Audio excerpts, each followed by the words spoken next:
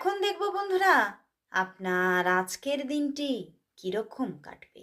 আপনার আজকের দিনটি কি রকম কাটতে চলেছে। বন্ধুরা, আপনার আজকের দিনটি একটু মিলানো মিশানো ভাবে কাটবে। ভালো এবং কিছুটা ধোঁয়াশা, এই দুটোর মধ্যে কাটবে। আপনি হয়তো কিছুটা বুঝতে পারলেন না।